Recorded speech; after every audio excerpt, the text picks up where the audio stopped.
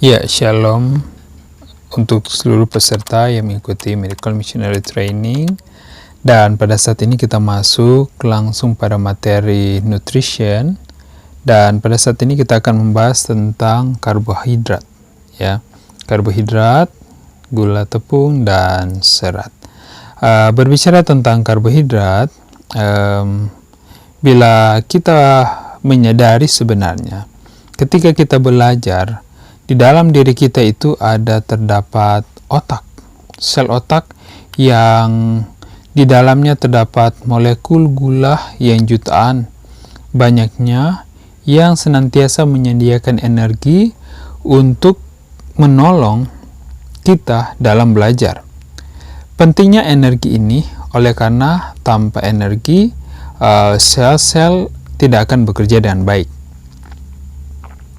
Layaknya sebuah motor atau sebuah mobil yang tidak bisa berjalan tanpa bahan bakar minyak, entah itu bensin ataupun solar, begitu juga tubuh kita.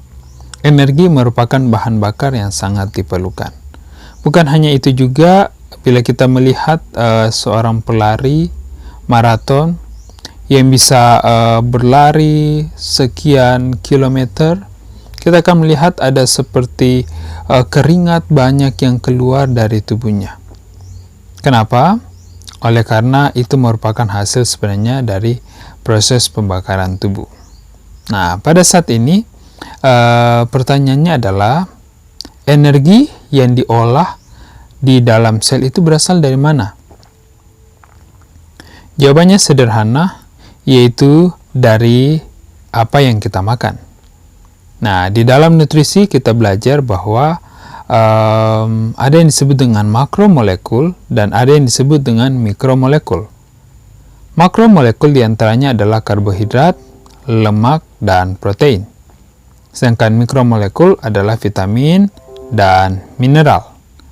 Dengan kata lain, pada saat ini kita akan membahas tentang karbohidrat. Berbicara tentang karbohidrat, itu berbicara tentang gula, karena karbohidrat adalah gula. Ya, karbohidrat sebenarnya merupakan senyawa yang tersusun oleh atom karbon, oksigen, dan hidrogen yang tersusun membentuk yang namanya satu monosakarida ataupun lebih dari satu monosakarida atau multiple monosakarida. Namun demikian, karbohidrat itu memiliki rasio di mana satu molekul karbon dengan satu molekul air atau yang dikenal dengan karbon atau karbohidrat. Ya, karbon, hydrate itu adalah water atau H2O, ya, H2O. Kita akan melihat pada pembahasan berikut tentang pembagian karbohidrat, di mana di dalam keluarga karbohidrat itu terbagi menjadi dua karbohidrat, yaitu yang pertama disebut dengan simple karbohidrat dan yang kedua disebut dengan kompleks karbohidrat. Simple karbohidrat itu di dalam bidang kimia disebut juga sebagai atau terdiri dari monosakarida, yaitu satu gula, single sugar, dan disakarida, di mana gula yang terdiri dari pasangan monosakarida. Sedangkan karbohidrat kompleks terdiri dari yang namanya polisakarida, di mana gabungan molekul yang besar dari rantai kimia monosakarida. Tentunya, untuk mengerti tentang struktur karbohidrat, kita perlu melihat unit di mana itu dibuat. Monosakarida sangat penting dalam bidang nutrisi. di mana setiap senyawa monosakarida mengandung 6 karbon atom 12 hidrogen, dan 6 oksigen. Yang bila ditulis dalam tulisan singkat C6H12O6, di mana setiap atom bisa memiliki jumlah ikatan kimia tertentu yang berbeda satu dengan yang lain.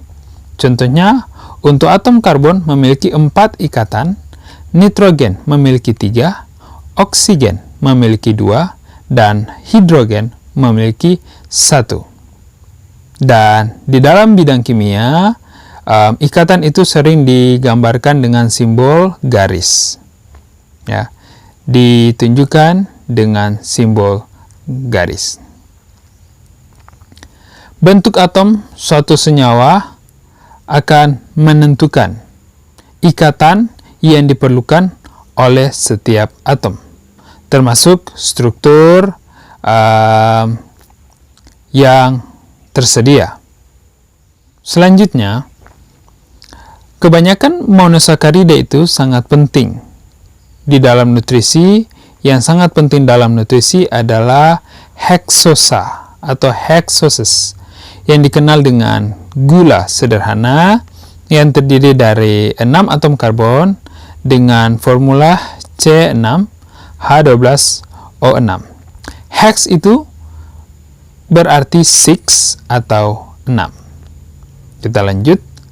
Berbicara tentang karbohidrat sederhana atau simple carbohydrates, itu terdiri menjadi 3 monosakarida, yaitu glukosa, fruktosa, dan galaktosa. Di mana di dalam ilmu nutrisi, beberapa jenis karbohidrat sederhana digambarkan dengan bentuk heksagon, yaitu 6 sudut, dan pentagon, yaitu 5 sisi. Ya, 6 sisi dan 5 sisi. Dan untuk disakarida itu terdiri dari maltosa, sukrosa, dan laktosa. Maltosa tersusun oleh gabungan glukosa dan glukosa. Sukrosa disusun oleh glukosa dan fruktosa, sedangkan laktosa disusun oleh glukosa dan galaktosa. Nah, 3 bentuk monosakarida ini sangat penting di dalam ilmu nutrisi, meskipun memiliki jumlah dan jenis atom yang sama, tetapi susunannya berbeda.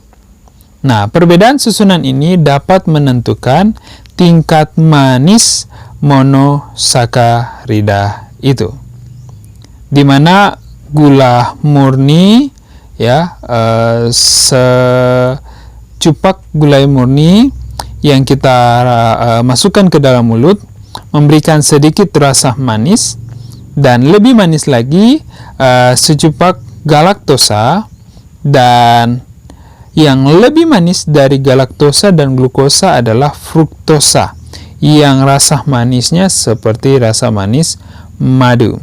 Sehingga galaktosa adalah jenis gula yang bertanggung jawab terhadap rasa manis pada madu.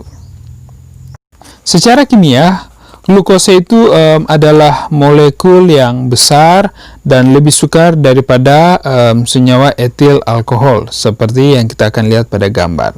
Tetapi tetap mengikuti aturan kimia, di mana setiap atom karbon memiliki 4 ikatan, setiap atom oksigen 2 ikatan, dan hidrogen 1 ikatan. Kurang lebih digambarkan pada gambar berikut. Nah, lewat gambar ini, molekul gula itu atau senyawa glukosa menunjukkan hubungan di antara setiap atom dan mudah untuk dikaji, ya. Dan para ahli kimia mengadopsi bahkan pada hal-hal atau cara-cara yang sederhana untuk bisa mengenal struktur kimianya. Nah, di dalam hal ini glukosa itu umumnya dikenal sebagai blood sugar atau gula darah, di mana glukosa memberikan atau menyediakan kebutuhan energi alamiah untuk aktivitas tubuh kita. Dan secara signifikan di bidang nutrisi ini sangat-sangat diperlukan. Nah, dalam pembahasan lain menjelaskan bahwa gula atau glukosa adalah satu dari dua jenis gula yang terdapat pada disakarida. Dan unit tersebut akan membentuk juga yang namanya polisakarida.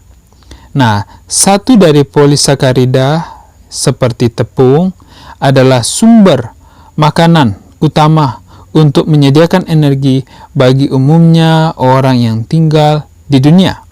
Ada bentuk yang lain juga yang disebut dengan glikogen, merupakan jenis polisakarida yang menyimpan energi di dalam tubuh. Sekarang kita lihat fruktosa atau jenis kedua dari monosakarida. Nah, fruktosa adalah gula yang paling manis, ya, sangat menarik karena bentuk struktur kimianya kurang lebih sama seperti glukosa, yaitu formula kimianya sama seperti glukosa, yaitu C6H12O6. Tetapi sekali lagi, tetapi struktur kimianya berbeda. Nah, pada struktur kimia inilah yang membuat fruktosa jauh lebih manis dari glukosa. Nah, biasanya fruktosa itu secara alamiah kita bisa dapatkan pada buah dan pada madu. Namun, juga bisa ditemukan pada sumber lain atau produk seperti soft drink ataupun sereal yang siap dimakan dan berbagai makanan penutup yang menggunakan sirup-sirup seperti high fructose corn, ya, sirup yang terbuat dari jagung. Jenis ketiga dari monosakarida adalah galaktosa. Galaktosa terjadi secara alamiah di mana gula sederhana ini hanya terdapat pada beberapa jenis makanan. Dan tentunya galaktosa memiliki jumlah dan jenis atom yang sama dengan glukosa dan fruktosa, namun demikian memiliki susunan yang berbeda. Di mana galaktosa itu merupakan bagian dari laktosa disakarida. Kita lanjut dengan pembahasan disakarida. Disakarida merupakan susunan pasangan dari 3 monosakarida, yaitu glukosa, fruktosa, dan galaktosa. Bila kita memperhatikan, maka kita akan menemukan bahwa karbohidrat ini adalah yang menyediakan nutrisi energi bagi tubuh kita. Ada beberapa reaksi kimia yang dialami lewat proses pembentukan energi. Yang pertama yaitu kondensasi. Kondensasi adalah proses untuk membentuk disakarida lewat reaksi kimia kondensasi, di mana dua bentuk monosakarida dia bergabung, di mana grup hidroksil OH dari monosakarida yang satu bergabung dengan atom hidrogen dari monosakarida yang lain untuk menghasilkan namanya air atau H2O, dan kemudian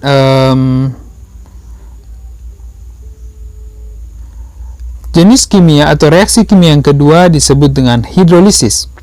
Hidrolisis adalah merupakan reaksi kimia untuk menguraikan disakarida menjadi dua, di mana molekul air dilepas untuk diuraikan untuk membentuk atom H dan OH yang dibutuhkan untuk melengkapi monosakarida. Nah, biasanya proses hidrolisis ini terjadi selama pencernaan. Mari kita lihat jenis-jenis disakarida. Jenis disakarida yang pertama adalah maltos atau maltosa yang merupakan gabungan dari 1 unit glukosa dan 1 unit glukosa. Jadi 1 unit glukosa ditambah dengan 1 unit glukosa yang lain.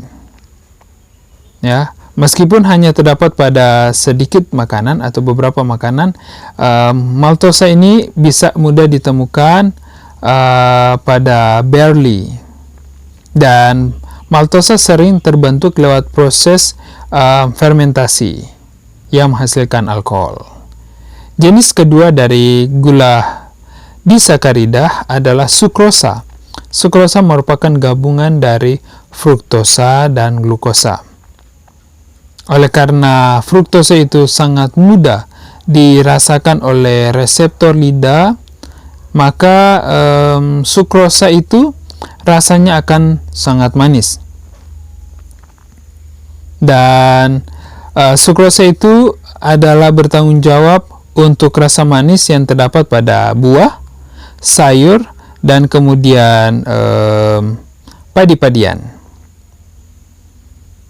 Nah, biasanya untuk menyediakan gula meja or table sugar, nah sukrosa ini dimurnikan dari jus sugar cane dan sugar beet, ya, sugar cane dan sugar beet, dan kemudian mengalami proses yang namanya granulasi. Ya, tergantung dalam proses pemurniannya, biasanya gula itu akan menjadi warna coklat, putih, dan juga dalam bentuk bubuk. Yang ketiga, jenis gula disakarida yang ketiga adalah laktosa. Laktosa adalah merupakan kombinasi antara galaktosa dan glukosa yang kemudian membentuk laktosa. Nah, umumnya laktosa ini ditemukan pada susu. Oleh karena itu dia dikenal sebagai gula susu. Dan laktosa berkontribusi pada setengah dari energi yang disediakan pada susu tanpa lemak. Nah, ringkasnya adalah terdapat 6 karbohidrat sederhana atau gula yang penting di dalam nutrisi kita. Yang pertama adalah dikelompokkan pada kelompok monosakarida, yaitu glukosa, fruktosa, dan galaktosa yang memiliki struktur formula kimia yang sama, memiliki formula kimia yang sama, yaitu C6H12O6, tetapi strukturnya berbeda. Dan 3 yang lain termasuk pada kelompok disakarida, yaitu maltosa, sukrosa, dan laktosa, yang merupakan pasangan dari gula yang dikelompokkan pada monosakarida, di mana masing-masing mengandung glukosa yang dipasangkan dengan satu dari jenis monosakarida lainnya.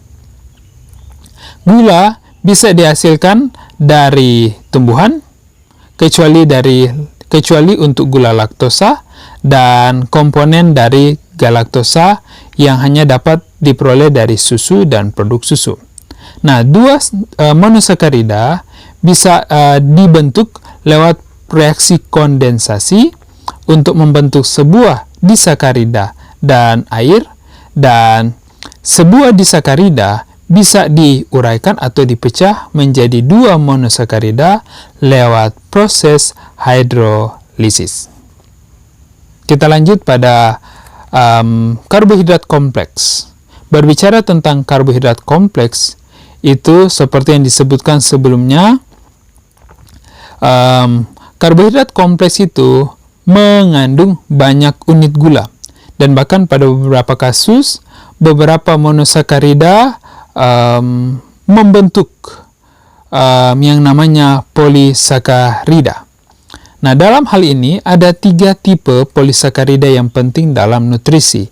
Yang pertama disebut dengan glikogen, kedua starch, dan kemudian yang ketiga adalah fiber atau serat. Nah, berbicara tentang glikogen, glikogen itu hanya ditemukan dalam jumlah yang terbatas pada daging dan tidak sulit didapatkan pada tumbuhan. Oleh karena itu, sangat sulit untuk mendapatkan jenis ini pada makanan dalam menyediakan karbohidrat jenis glikogen. Namun, glikogen itu sangat berperan penting di dalam tubuh. Ya, di dalam tubuh. Kenapa? Karena sumber utama energi di dalam tubuh adalah selain glukosa, yaitu glikogen. Nah, di dalam tubuh kita, glukosa itu bila disimpan, dia akan disimpan dalam bentuk polisakarida yang memiliki nama glikogen. Itu berarti molekul-molekul glukosa yang bergabung melalui proses kimia akan membuat sebuah rangkaian yang panjang. Dan dalam proses ini, ketika tubuh mengirimkan pesan lewat hormonal message untuk mengeluarkan energi yang disimpan di dalam liver atau sel otot, maka enzim akan merespon dengan menyerang cabang-cabang dari glikogen yang panjang ini untuk menguraikannya lewat proses hidrolisis untuk memastikan ketersediaan gula di dalam darah. Kemudian yang kedua yaitu starch atau tepung, di mana tubuh manusia menyimpan glukosa sebagai glikogen. Sedangkan sel tumbuhan menyimpan gula dalam bentuk starch. Dia memiliki untaian rantai yang tidak bercabang atau bercabang yang panjang, yang bisa tersusun oleh ratusan bahkan ribuan molekul senyawa gula. Dan hal ini bisa ditemukan pada biji-bijian atau beras, ataupun pada kentang, pada legium, ataupun polong-polongan. Dan ketika kita memakan tumbuhan atau memakan makanan yang berasal dari tumbuhan, tubuh kita akan melakukan proses hidrolisis untuk memecah starch menjadi glukosa dan menggunakan glukosa itu untuk tujuan yang diperlukan oleh tubuh. Dengan kata lain, semua bentuk starch atau tepung gula itu berasal dari tumbuhan. Dan biji-bijian adalah sumber terkaya dari starch ini. Dan banyak dari orang yang hidup di atas dunia ini, terutama di Asia, mendapatkan energi yang berasal dari starch. Dimana kalau di Asia itu didapatkan dari beras, di orang yang tinggal di Kanada atau pada mereka yang tinggal di Kanada dan Amerika dan Eropa, mereka mendapatkannya dari gandum. Pada beberapa bagian dari Amerika Tengah dan Selatan, mereka mendapatkan starch itu dari jagung. Beberapa mendapatkannya dari barley dan oats, dan juga beberapa lain mendapatkannya dari polong-polongan. Selanjutnya kita tiba pada pembahasan tentang fibers. Fibers masuk pada kelompok karbohidrat kompleks. Serat diet ini merupakan sebenarnya bagian dari struktur dari tumbuhan dan tentu ditemukan pada semua turunan tumbuhan seperti sayur, buah, gandum utuh, dan polong-polongan. Dan dalam banyak diet, fibers yang tersedia atau serat yang tersedia berbentuk polisakarida. Seperti yang kita pelajari sebelumnya bahwa tepung juga adalah merupakan kelompok polisakarida. Tetapi dalam hal serat itu berbeda dari starch atau tepung, di mana ikatannya di antara monosakaridanya tidak dapat dicerna oleh enzim pencernaan di dalam tubuh, sehingga terkadang juga diet fibers ini atau diet serat ini disebut dengan non-starch polysaccharides. Dia bentuknya non-starch atau bukan tepung, polisakarida. Nah, bila kita melihat bahwa diet serat ini bisa masuk ke dalam tubuh, ya, dan memberikan kontribusi untuk tidak terdapat energi ataupun mungkin sedikit atau bahkan tidak ada monosakarida. Dan para peneliti mencoba menyusun serat-serat fiber itu atau serat-serat diet itu ke beberapa bagian berdasarkan larut atau tidaknya. Yang pertama disebut dengan soluble fibers atau serat yang bisa larut. Yang dalam hal ini serat itu bisa larut di dalam air, bentuknya bisa berbentuk gel, dan kemudian bisa dengan mudah dicerna oleh bakteri yang ada di dalam usus atau kolon lewat proses fermentasi. Umumnya serat yang larut ini di dalam air ditemukan di dalam oats, barley, polong-polongan, kemudian buah-buahan, citrus, dan juga serat yang larut di dalam air ini sering dihubungkan dengan perlindungan untuk jantung dari penyakit jantung, perlindungan untuk dari penyakit diabetes, menurunkan kolesterol darah, dan menurunkan gula darah. Jenis yang berikutnya adalah serat yang insoluble fibers, serat yang tidak dapat larut di dalam air.